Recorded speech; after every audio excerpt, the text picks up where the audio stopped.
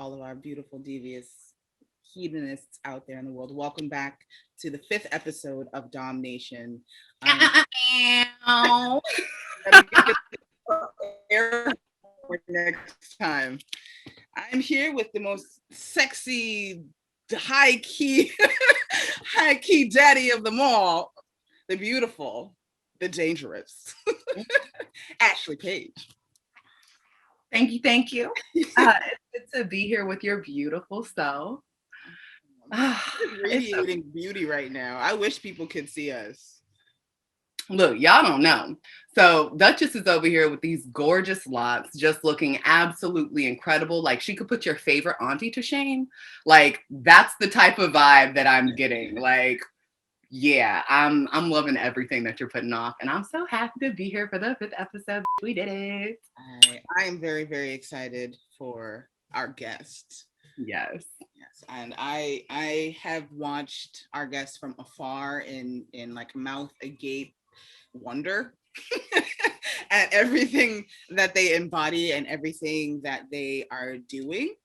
And so the fact that they're on with us today is amazing. And I will let Miss Paige give the grandiose opening that this individual absolutely needs. Yeah. So, okay. So y'all know I be fangirling over all of our guests because we have such, I really feel like we're lucky to have the access that we do. There's such incredible individuals in the community that are willing to like collaborate and connect with us and come on the show.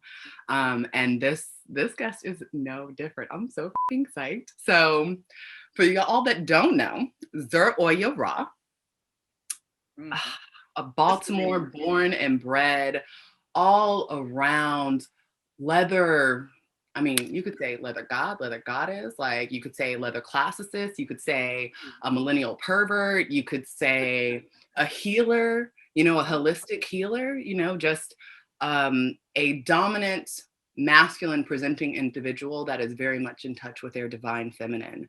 They embody so much beautiful energy. It's like, it is magic to watch them work, to watch them, you know, do what they do in the scene, but also just to like share space with them and listen to the words and the way in which they share their experience and share their knowledge. Like it's such a gentle, loving, nurturing touch, but also like there's a sting behind there. Like they'll cut your ass open, but also like they'll give you the bandages and the sutures that you need to heal. You know, so like they're an all around incredible person. They are Mr. Maryland Leather 2021. They are a title holder. All right. They are a title holder and they're a co-host for the LGBT Detroit's annual Cold as Hell fundraiser. And they're a contributing columnist. My bad. A contributing column. Apparently it's the C's for me. It's the C's for me. They are a contributing columnist for Recon News. And they are the head of their own household, which is the tribe of Mount Saint Oya. Their focus is very much, like I said, there is healing, there is education, but their focus is very much in welcoming change and embracing fundamental tradition, right? In order for the community to continue to evolve effectively. And they are very much invested in the evolution of this community, and it's beautiful to watch. We're going to touch base on so much, but without further ado, why don't we just like bring this incredible person on so like y'all can just know what it is and get in the know, okay? Absolutely.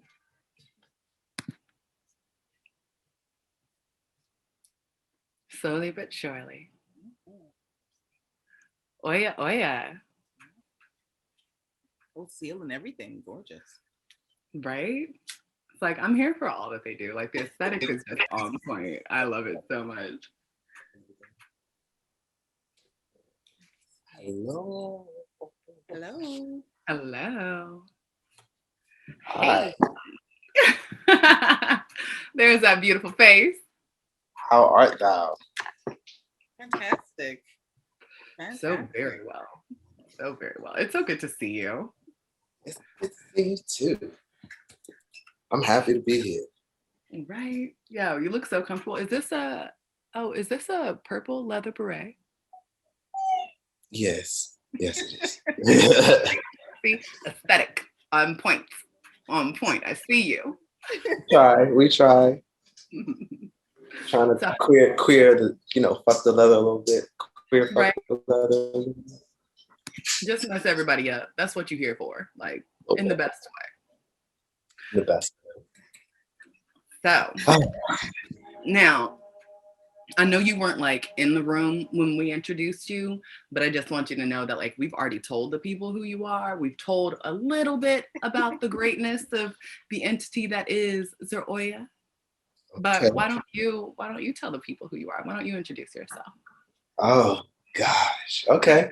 I'll do it the way that I've seen a lot of like these good interviews.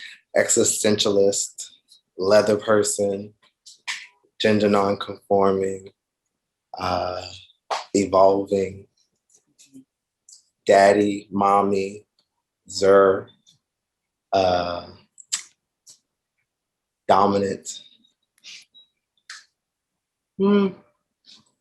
philanthropist, heavy philanthropist, spiritualist. I think that kind of spans. Right. Gives a well-rounded view. Yeah. Yeah.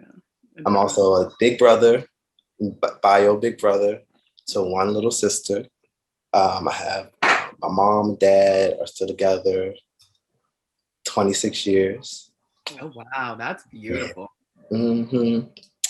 And I'm a master. Oh, I have a slave, so I'm a master. I'm not kind of all over, I just exist. I'm just wherever I can be of good service. I feel that. Well, you seem like you're a very mercurial being, Oya. You seem that you shift and move a lot. I do. I love adventure and I love freedom. So I believe in being able to do anything so well that nobody has a choice but to respect it. So that might be my Leo nature, my Leo rising nature of I'm definitely, I love to jam, but when I jam, I'm really going to jam to the point where you're like, okay, you know what? Props. Like, right. I always want to take it just far enough. Okay. I like that. Okay.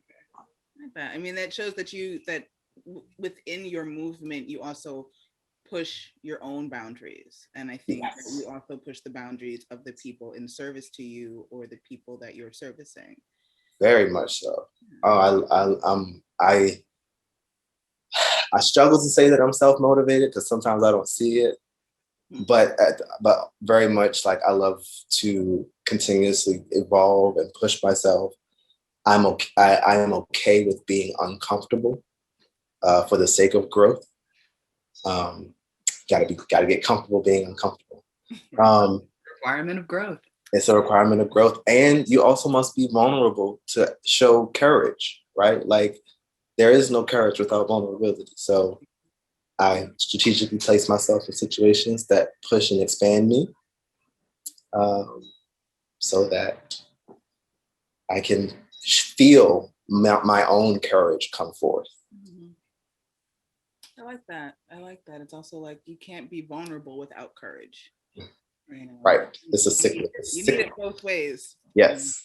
That's very beautiful. At the same time, we had touched on this so much in personal conversation, Duchess and I, but also Oya recently, just, the requirement of vulnerability to even step into that space of courage, what it means for courage to show up and for you to show up in it. Hello, beautiful person. Y'all don't know because y'all can't see, but we have another guest. This is Chaz. They are a newcomer to my little network. So we are technically in like still vetting stages, but they have already done so much good work with me and for me and me with them. And so that has been like growing and budding. But, take our time, do the full vet, vet like your life depends on it. Give it time to see ups, lows and highs and all things. But yeah, this is a good one. Hello, good one. So hold on.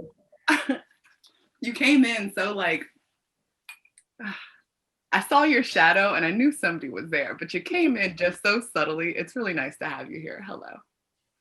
Hi, it's a pleasure to be here. Thank you so much. Such a pleasure and honor. Just really, it is. Yeah, no, it's nice to have you here. You're actually, so I was telling Oya that the both of you are actually our first. Before I say this part, why don't you two tell us how you identify, what your pronouns are and everything, because I don't want to misrepresent. Okay, so great. So my honorific is Zer, and that's XIR? XIR. I've been playing around with Domme, like Daddy Mama. I like Domme. Ooh, I like that. But pronouns they, he. I accept he because I know how I present, and I'm not oblivious to like the privilege of that. Mm-hmm. I am gender non-conforming, and yeah, I just like to exist. So that's me. I'm master, dominant, ma'am. I'll take ma'am. I've recently got queen. Like one of my little lamb calls me queen, and I had to do a whole lot of unpacking around that as a Black man.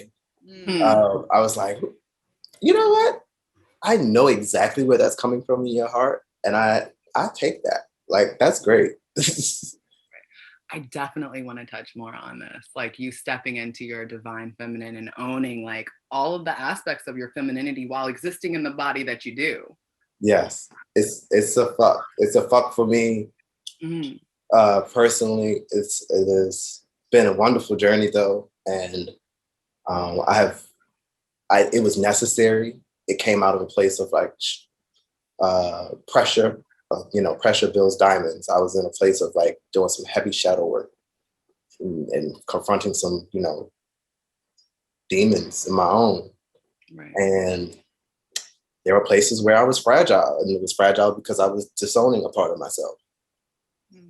And so that's kind of what that has grown into. Like, it's like a fuller step, fuller ownership. Like, my mommy is my hero, and there's nothing wrong with that. and if I can embody parts of her to be a better human, here we go. Right. That's a blessing that deserves to be expressed. I love that. Yep. Yeah. And what about you, Jasmine?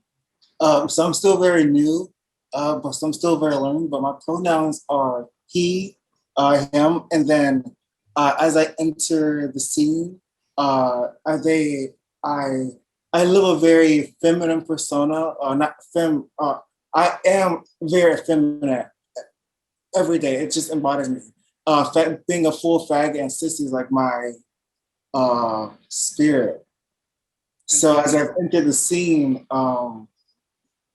like expanding my pronouns to include girl, as I've talked with Zara with, and girl be G-U-R-L.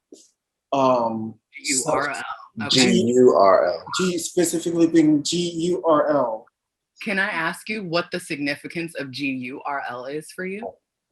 I can take that one. So historically in leather, right? Like because I come from a classicist. I call myself a leather classicist, which I have studied old guard, the old guard and the old ways very thoroughly.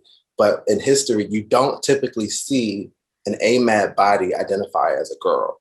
You might see them identify as a sissy, and typically, and a lot of times, traditionally, that was enforced feminization, right? Mm-hmm. But his existence is different. There is an ownership of like, no, I live every day as a sissy. Like, I go to work in a dress if I feel like it. I walk down the street it addressed if I feel like it. I do my makeup when I feel like it. And so traditionally in leather, you saw BOI, BOI for AFAB bodies that existed in a masculine space. But you never really heard of a GURL or girl as an AMAB body existing in a femme space. So can we stop for a second? Just for the audience's sake, for those that are not informed, AFAB is a female at birth. AMAB is a male at birth. Assigned male at birth. Sorry, my bad. Yeah, assigned female and assigned male. AMAB, AFAB. Right. Sorry about that, you guys. I'll make sure that I explain fuller out. No, that's great. We're all about education here. We're all about, if we don't know, then maybe our audience doesn't know, and we're all sharing the information. So that's great. Right. Yeah. And again, thank you for the correction, because no worries. It's all learning.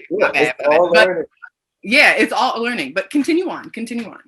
But yeah, so there's always been BOIs, not so much GURLs as except for sissies and degradation. His sissy doesn't exist in degradation.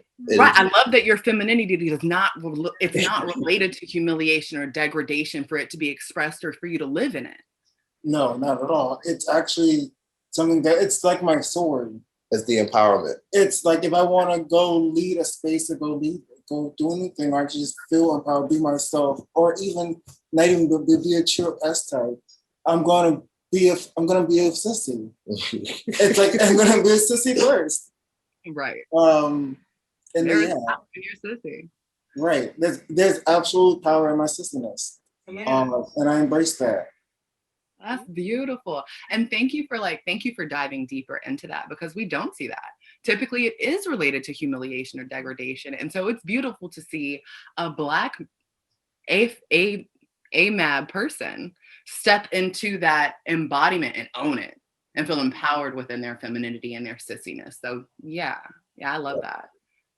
But okay, so it makes me have another question, which endless questions, right? Okay, so first of all, because you don't see this, right? Because it's not the norm. How did you get to the point where, one, you identified with this persona, with this archetype, and wanted to step into it? How did you manifest your existence? How did it come to be? Especially with everybody, we know how the community is as open as the community is, and I say this with air quotes, y'all, as open as the community is, we oftentimes have more rules and protocols that we're putting on ourselves in the ways in which we exist. So how did you navigate that and manifest really what you wanted to live and breathe in? That's a great question. I wouldn't even say that it was strategy. I believe wholeheartedly in spirit-led and spirit-fed. Mm-hmm. I had already existed in an identity of being a light seeker. Like I had done a lot of work coming up to, I think, 2018 of like keeping myself in positive space and the mindset and like the law of attraction and like using positive emotions and positive energy to like, so I had already been doing a lot of self-work. And actually when I came into leather, I was concerned about losing that because everything in BDSM and leather is kind of pictured dark and seedy and, grungy. And I was like, well, I don't know. I live light and love. I want to be like light. The underbelly of the psyche. Right. I want to be light and love. And I want to be in light and love in leather. But when I entered leather, I played the game. I did the work. I was boots to the ground, as you call it. As we call it, boots to the ground. That means I was out in the community. I was networking. I was learning. I was going to conferences, parades, marching in the parades, standing shoulder to shoulder, hide to hide, as we call it, with other leather folk, so that they, knew who I was. I did that for 2 years under mentorship from another already established person in the community.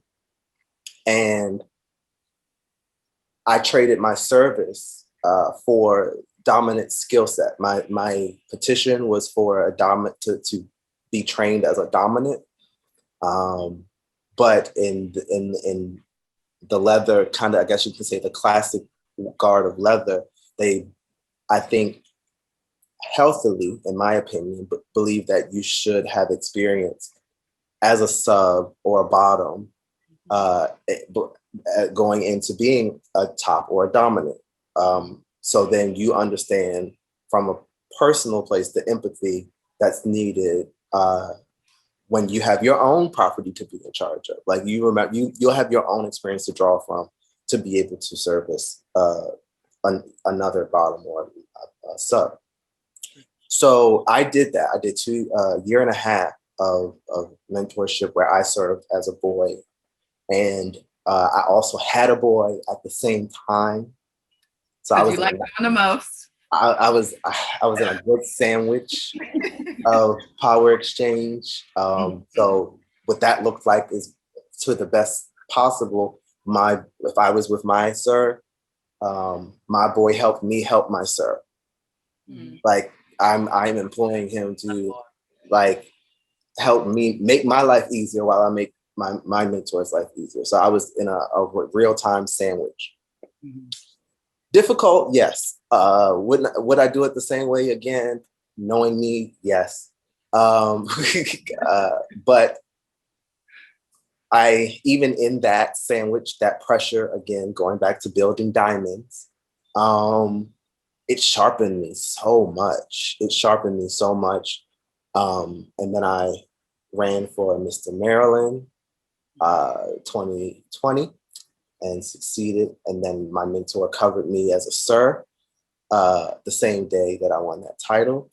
Beautiful. Come on now. And I spent some more time in tutelage, even with my sir title. And then I birthed Mount Saint Oya. And when did you birth Mount Saint Oya? That was September 9th, 2020. Yeah. 9/9/2020. Oya's number is 9. So I made sure that I did my best to like nail 9/9. The launch party started at 9 p.m.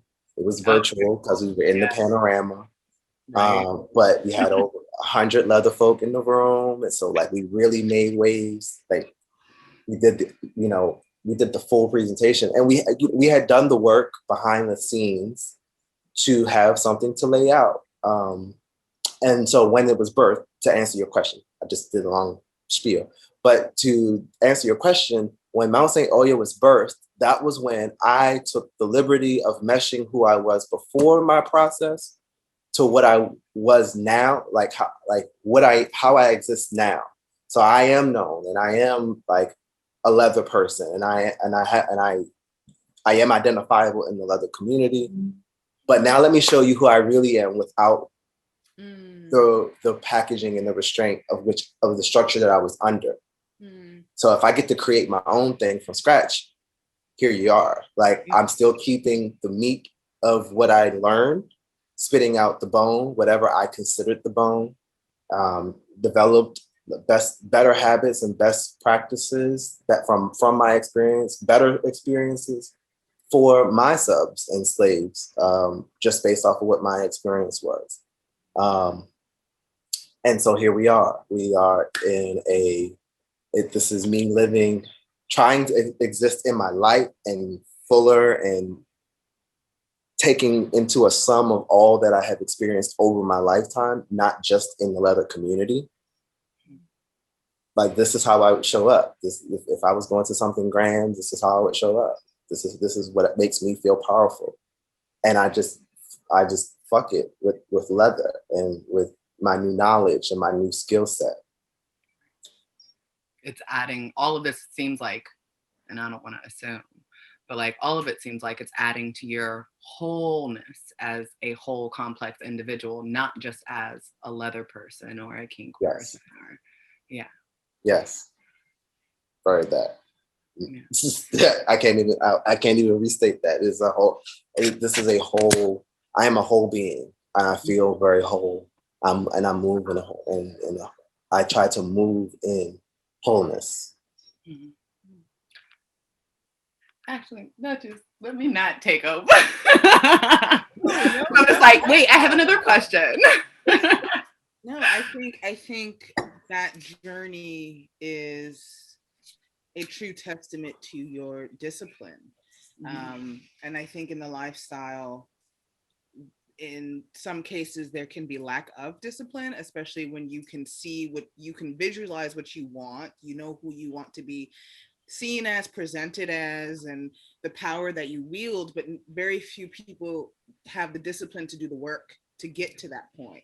And it's not just the work of, you know, boots to the ground, like you said, it's also the inner work that some people just refuse to do to become this image that they have in their head. And I think, and it shows with you that you have put in the work, and it shows in the way that you move, in the way that you conduct yourself, in the way that you have this lovely individual on screen with you, just sitting pretty and quiet, and just and like I can watch them. I watch them watching you as you're speaking. I know it might sound a little weird, but it's just full of love and full of admiration, and that is something that we all wish and hope to grow towards. And the fact that you are a standing testament to that, and that's only now in this moment.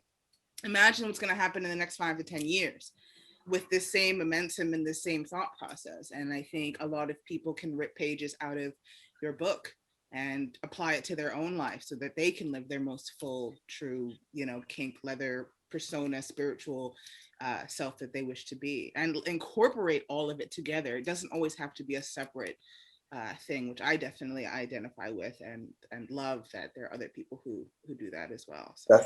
That's the goal. That's the hope. That is what again, do it so well that people have no choice but to respect it. Like I existed also as a makeup artist, and I was moving into the higher realms, assisting on like CoverGirl and Becca Cosmetics and stuff like that. So I was in the rooms. Right. And I remember having to like do some work over some trauma, even in navigating the makeup industry, where, you know, people would be attracted to me and then they would be upset and then like try to jeopardize my career. And me living in shame, you know, I'm taking it to heart. Like, oh shoot, they can end my career. But that only way they can end my career is because if I didn't own it. Right? Like, so there was a part of like, okay, so if I work past that piece of trauma of like feeling like my life was going to slip away from me because of this moment, can I get to the place of like owning it so much that like I am a sir in makeup too. I dominate faces. I'm going to tell you to turn your head this way. I'm going to turn your head this way. Close your eyes. Look up to the center, look to the left. I mean, hold still. I still have to give very much instructions during a makeup application. So I'm sir there too. And if you pay me enough, I might go with my shirt off and we're going to have some good time. But like, hey, where you working? Let us know where you working. We'll come and get our face beat by you. Come on. Yo, I'm full. My bad. So all of this, though, like you're still training, even when you were doing makeup, you were still training people from day one, not even just the makeup, the actual application. Yeah. But you showing up a certain way on set, you letting people know this is how you will engage with me, this is how you will not. You were training people from day one. I didn't see it then. But yeah. The reason I say it like that is because I've had so many friends like in a number of different service industries, right? I had a really good friend that was a makeup artist as well.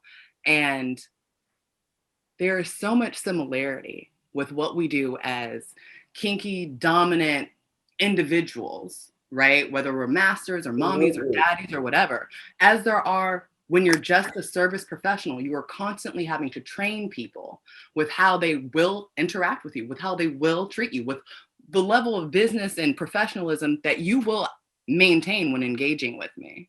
Yes. It's so much overlap. Oh, like it's so funny. Sir, universe alignment.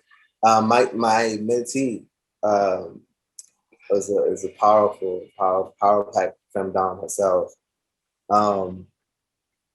Dame Sadie, Madam Seduction.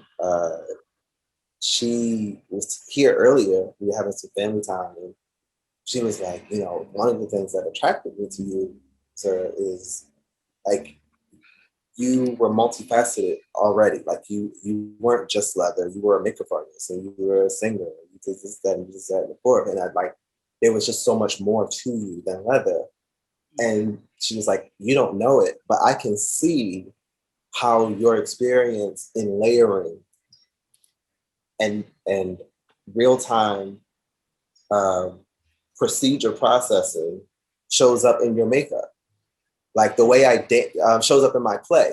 The way I dance around my play intuitively is like how I dance around a body when I play. Those are both lanes of passion for me. So I go somewhat similar into the same headspace as you're saying, you know, to what you're saying, Mistress Paige. I go into that space and I'm calculating. I need to do this before I get here. I need to warm up here. I need to warm this because I'm gonna tap this a little harder later. And then I'm going like I am an artist, even in my sadism and my sensuality. And so I'm like planning ahead. I'm lighting a candle, knowing that I might throw a fire torch in here after this spanking. Like, but it's all intuitive, and it really does. When she said it earlier, I was like, you know what? I do layer my play like I layer makeup. And I like the fact that she said layering. Yeah. That's a very specific term, layering, and that's exactly what you do. Yeah. Yeah. It shows up, baby. Also, can we like rewind? Because like, I love how you just casually threw in that you can sing and we weren't going to talk about it. Like, hold up, you can sing? Like, you can sing? Oh, no, I can hum. You a lie.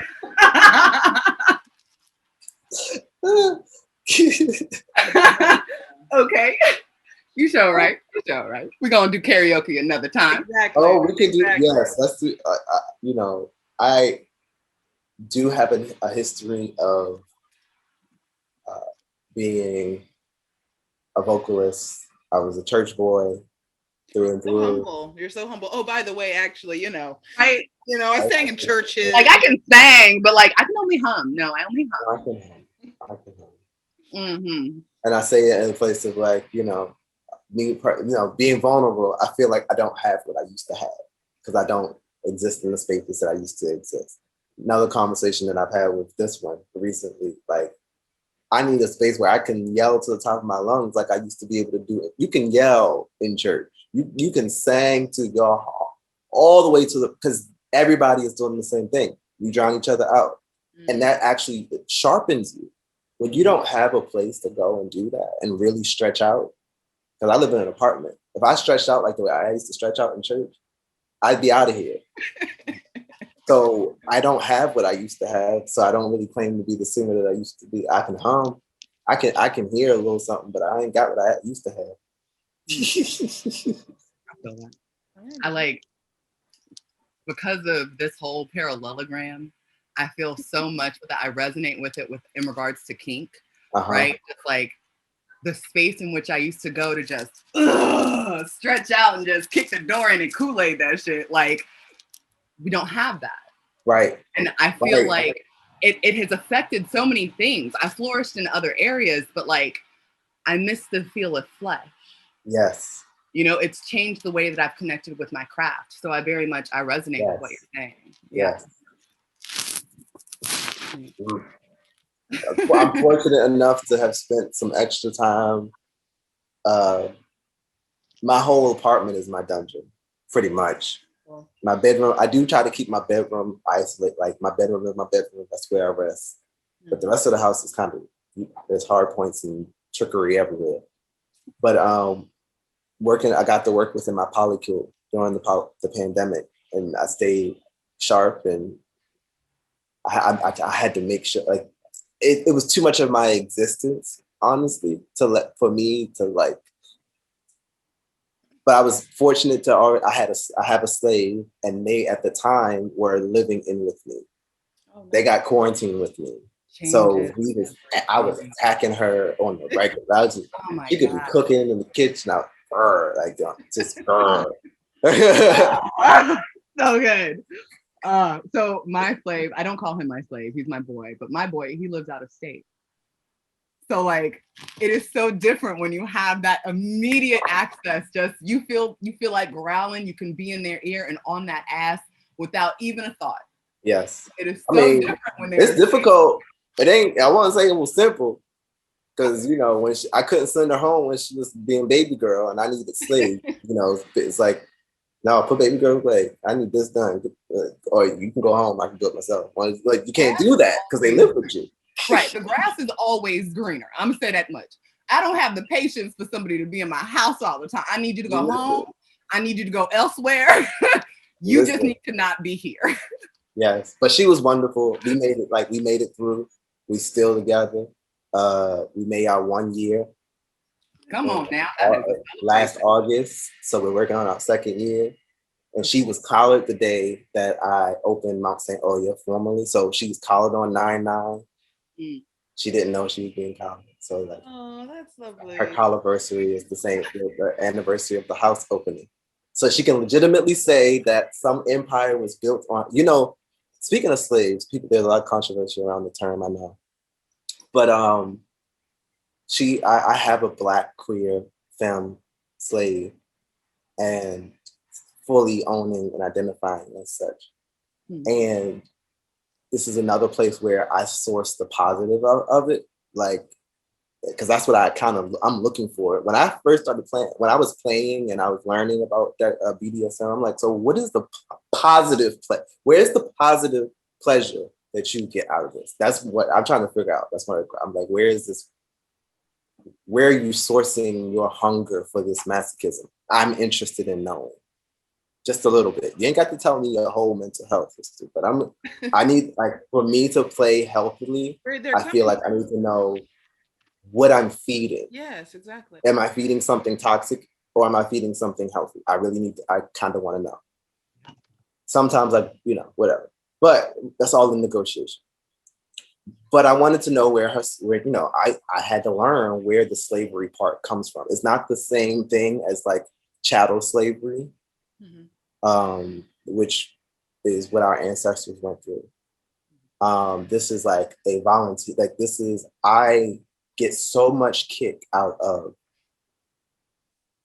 helping someone else build their empire that is worthy of my assistance. Like I get fed so much out of being the Gail to the Oprah, or like, you know, that battery pack. My girl is my battery pack. Like it's whatever the vision is that I have, she's trying to find 10 ways to start the process. Like that's what drives her to, when I say good girl, it wets her panties. So in return, as her master, the prime directive is to protect the property. And what that looks like is, bitch, are you taking your medicine every day? You skipping? I know you're not skipping. If you skipping, I need a picture of your meds in your hand every morning. And if you skip too many times of me not seeing your meds in your hand, I'm gonna make you record a video of you swallowing them. Like, you need to be in bed by 11:30 because you have to be up at 7. Like, it is me helping to format a structure around her life that makes it stable and productive. And I do that micromanaging in exchange for me not having to think about how clean my house is, or me not having to think about how I'm gonna get my clothes washed. So it's like, it is a relationship, right? As much as it, and in her words, she finds it an honor and an honor and a mantle to carry the title of a slave, because she knows that her ancestors were much stronger than her. So to even try to put herself in that space of having an empire built on her back slaves built empires and countries and nations on their backs. And so to find someone that she feels worthy of helping them to build their empire on her back is what fuels her. And so my job is to create an empire that's worthy of, like, I got to do the work now. So how am I going, what is this going to feel? Is she going to die feeling like she built something? So I got to put on my thinking cap, put my boots on, and live a life, a legend that she can say she was attached to. Right. I part of her legacy. Yeah, absolutely. Sorry, there's noise outside. Brooklyn, baby. It's interesting that in this conversation that we've heard these two words, sissy and slave, taken and completely changed in how the people in your life embrace these words, and how publicly these words are horrible words. Like, you would never want to be a slave. You would never want to be considered a sissy, and the trauma and the humiliation and the pain that comes with these words. But you're telling me that these individuals around you have taken these words and embraced them and found power within them. That is extraordinary. And I have never, the place that's coming from is, it's crazy. I've been blessed. I've been really, really blessed. Like, these people have like polarized to me, right? Like, I didn't go seeking. I didn't go, like, the universe put these people in my space and, allowed me to lay my eyes on them and actually remember them, and like them to see me and remember me and the impression that I left on them when they passed me by at that conference 2 years ago. And then they're like, you know what? I've been watching you. And I'm like, wow. Like, so it's, and this person, I met him through another my wallaby. He's a Australian ginger. I call him wallaby. I love that you use wallaby. That's so cute. The wallaby is his animal, his identification. But anyway, the wallaby set up this photo shoot and a picnic for me to play with him. I mean, it was gorgeous. We went to some like island in the city, and we were on the bank of the water, and there was like a waterproof picnic blanket. So we did some knife play and some rope, and they were the photographer. And we haven't separated since. So like he started coming over at first, helping me edit content. That was your way in, huh?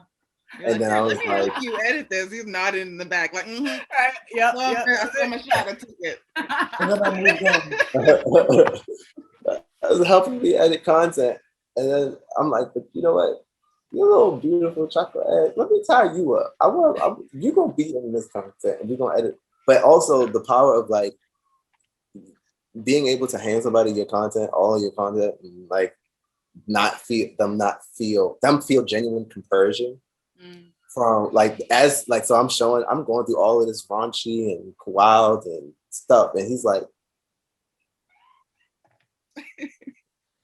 so when can I be in the flowers in the rope? And I'm like, oh, right? Look at it. Yes. Oh, well. So next thing you know, he's a Christmas tree upside down, suspended from my rig, and bang boom bow. But like, he was brought into my life by another sub that wanted to capture moments with me, and then they here. The universe works in very mysterious ways. I mean, I know you know what it's like, Mrs. Paige, trying to get content and being backlogged on editing. Oh God, can we not talk about it? Stress. Oh God, my inside literally just curled up. Oh, Yeah, but that's beautiful. So can I ask now, did you consider yourself kinky? Were you in the scene? Were you playing before this? Like, what is the significance of the relationship with Oya for you? So before I met my friends, I was definitely that friend that everyone called sexually adventurous. Like they like to, like if they, I always had a story, a whole story. I always had some kind of like friend who I definitely tried that with or did something with that was weird, or that we considered weird. But then once I met Zara, I was like, oh, I think I might be a little kinky. Like, and then like I had known, of been like kind of like more or less quote unquote kinky relationships where they were like really false narratives. There are so many. The daddies. The daddies. It's the attack of the daddy doms. Yeah. And then it was also me playing around or just playing with people, also realizing like, we probably weren't playing that safe because we were both probably uneducated and ignorant, but we've had fun at the time. So, but now it's learning so much from Zara about the community and about kink, about safety, and about just being an S-type and just learning. Exploring, really just having fun. Just really just like trying to build and trying to continue being an anomaly proudly as well. I love that. No, you just attract that, Oya. I think these people come into your life. You're just like your own sun with your own orbit and gravitational pull, and you attract that, and that's beautiful. And you allow space to grow and to let a person explore. I think people don't allow much space for that anymore. And the fact that you are an exploring and mercurial being, you allow the people around you to do that as well. Yeah. Yes. I think that's right. That is right. I shoot for. I think I play for the big picture, right? I think, and I was talking to my mentee about this today. Like, so much historically about dominance, or what we talk about as dominance in BDSM, is like what we can deprive somebody of, like what we can say no to.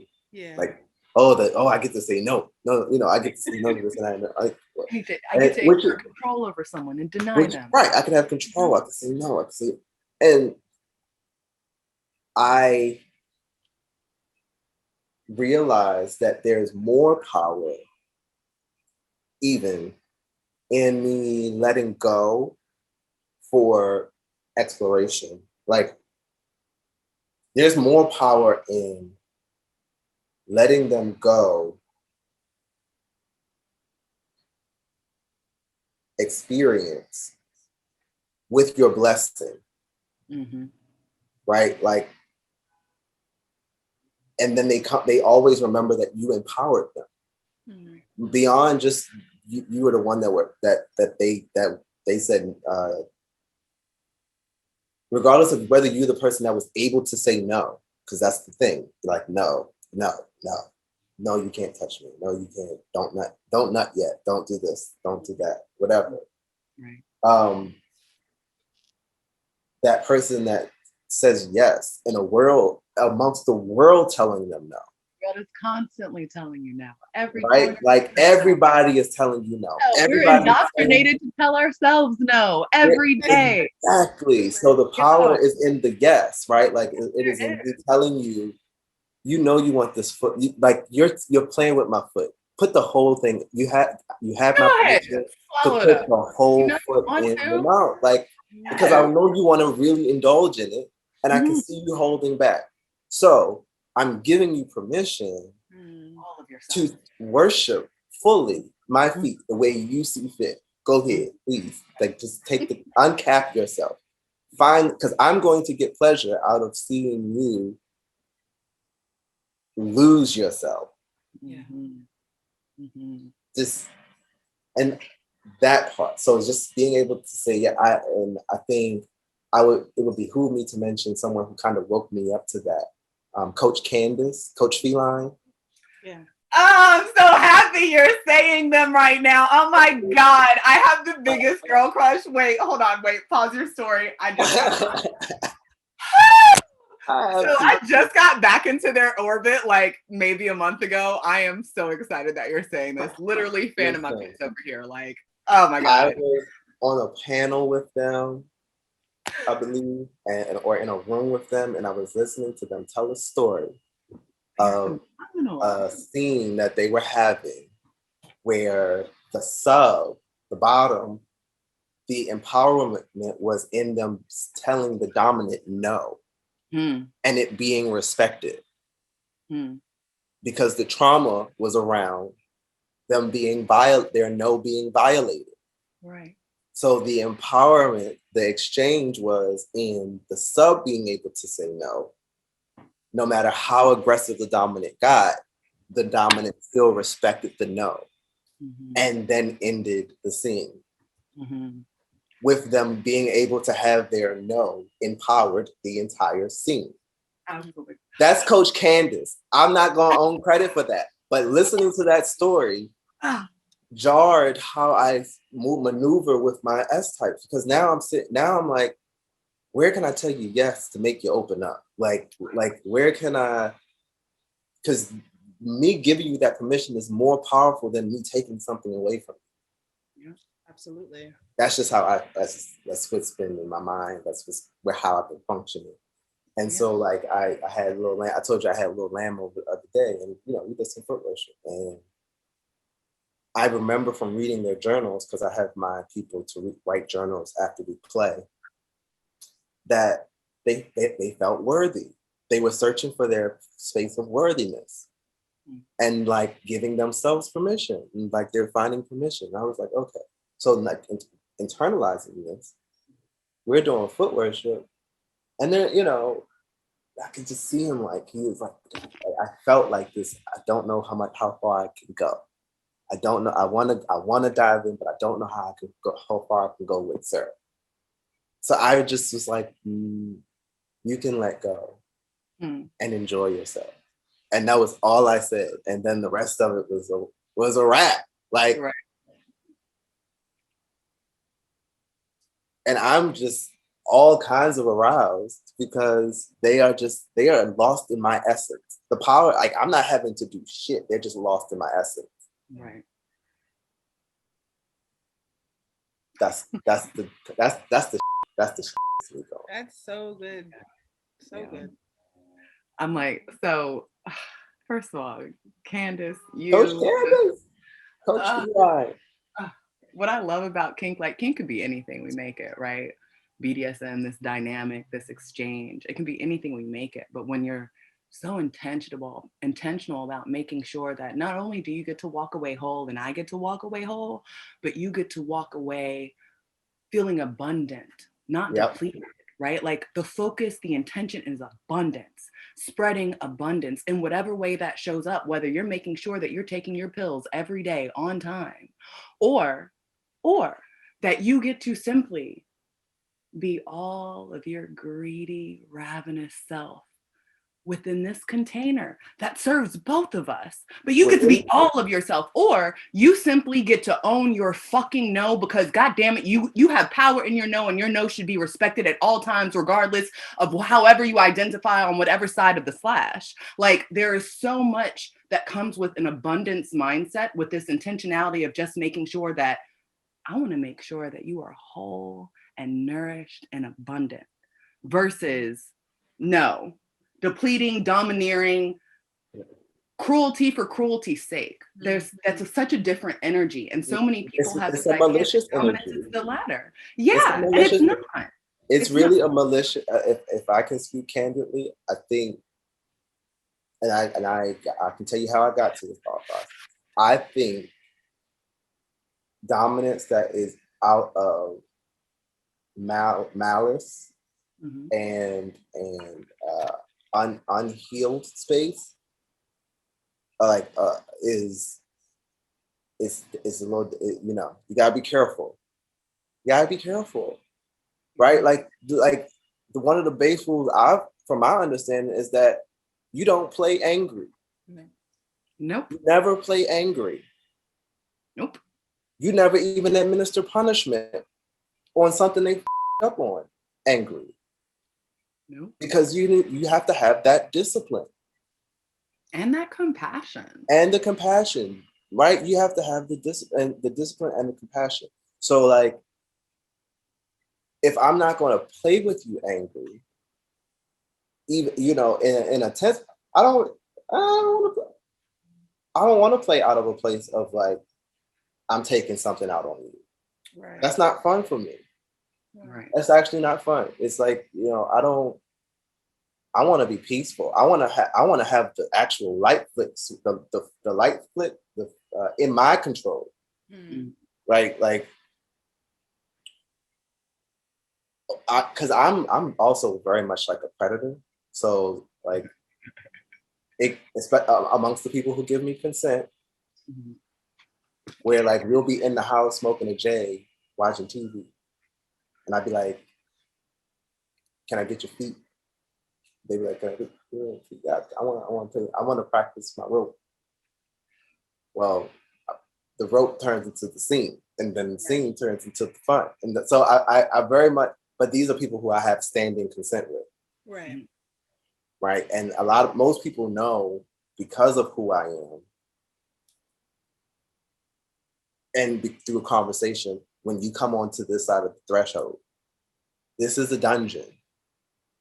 This is an active space of relaxation, peace, and kink exploration. Like when you walk through my door, you remember, Mistress Paige, the light comes through this big ass window, and you feel nothing but serenity. And I work at that. I make sure that this space stays in that high vibration. But also, this is a clothing optional space. There's a sign at my door next to the bin of socks and the sitting cloths. Like, sitting cloths. My dungeon is in my living room. I love their space so much. It's so Thank good. you. So if you come across this threshold, you know that I may talk about kink. I may play in kink. I may get undressed. It is all posted at my door. Right. Right. I'm not going to make you uncomfortable. If you ain't with it, I ain't with it. But also, this space in itself was built for me to be in a space to liberate you. Right? It is in a space like, and whether that is by me leading by example, say I get undressed first to make you comfortable getting undressed, because you've already expressed that you down for, okay, great. Right. So there's a lot of shame around people wanting to ask, can I get undressed? No, please ask me. Like, I'm gonna ask you first. Do you want to get more comfortable? The socks are at the door, and there's a sitting cloth for you. I have everything that you need. Go ahead. If you don't, we're fine. Right. Great. Can I get you a drink? Hookah? Roll you a J? Yeah. You good? You remind me so much of myself. It's very funny. I was just thinking of a couple of years ago, probably when I first started kink. So many aeons ago. And the space that I was living was in Washington Heights, and it was my own apartment. And I made sure that the space was curated. And, you know, people understood that when you walked into my spaces, you are pretty much free to do anything that you would like, except, you know, damage property. Don't damage. People get kicked out for that. Right. And I think creating those intentional spaces, especially from our own personal hubs, like this is your home. It is not necessarily a rented space, is an extension of yourself. And the people that you allow into those spaces, and the exploration that happens there, and the revelations and personal revolutions that happen, contribute to all of that. And I think being able to create that oasis is very, I mean, I am applauding you on this side of the screen. People can't see it, but it's very important. And I know that Mrs. Paige has been curating her space. And I think when we start understanding that it's not just our bodies that give these services, but our homes, our hubs, our places, our existence. When we allow people into it, it's intentional. If I allow you to unload and talk to me, yes, right. If I allow you to unload on me, that is because of how sensitive I am, that is a privilege. Yes, I'm empathic. So if I'm actually taking the time to listen to you, to give you advice, believe me, I have a value set on that. Yes, yes, absolutely. I am the same way. Right. And taking that time away. Here. Yeah. Like, you know. Because otherwise I sit in peace. I live alone. It's quiet. It's quiet. Like I have beautiful views. I can go for a walk. Right. Like, peace. On a regular basis, there's peace here. And so whatever shit you bring with you, understand that my meter is running. Energy, and it doesn't mean necessarily like monetarily, but like energetically, I know I'm very conscious of where my energy is going. Yeah. And whether I'm getting it back. Right. And that came up through a lot of shadow work, a lot of spiritual work, a lot like I can even play with I can host somebody a play partner or host a new play partner, which I do because I do a lot of what they call it a chicken hawk. I like to introduce people to kink. I like to give safe first exploration experiences. Right. Because I like to give them a kind of a standard. Like these are the things that you should look for as you continue to explore. Because you're not going to stop here. I don't want you to stop here. You're too brand new. Right. But bare minimum going forward. Here's what you should know. Yeah. These are the questions that you should hear yourself being asked. These are the questions that you should ask. This is the due diligence that you need to do. This is the due diligence that you need to make. This is how the play is supposed to feel. This is the aftercare that you're supposed to receive. So I do a lot of first-time experiences. I totally blanked on what the point of that was. I saw the thought like disappear. That way. What were we talking about? We were talking about curated space.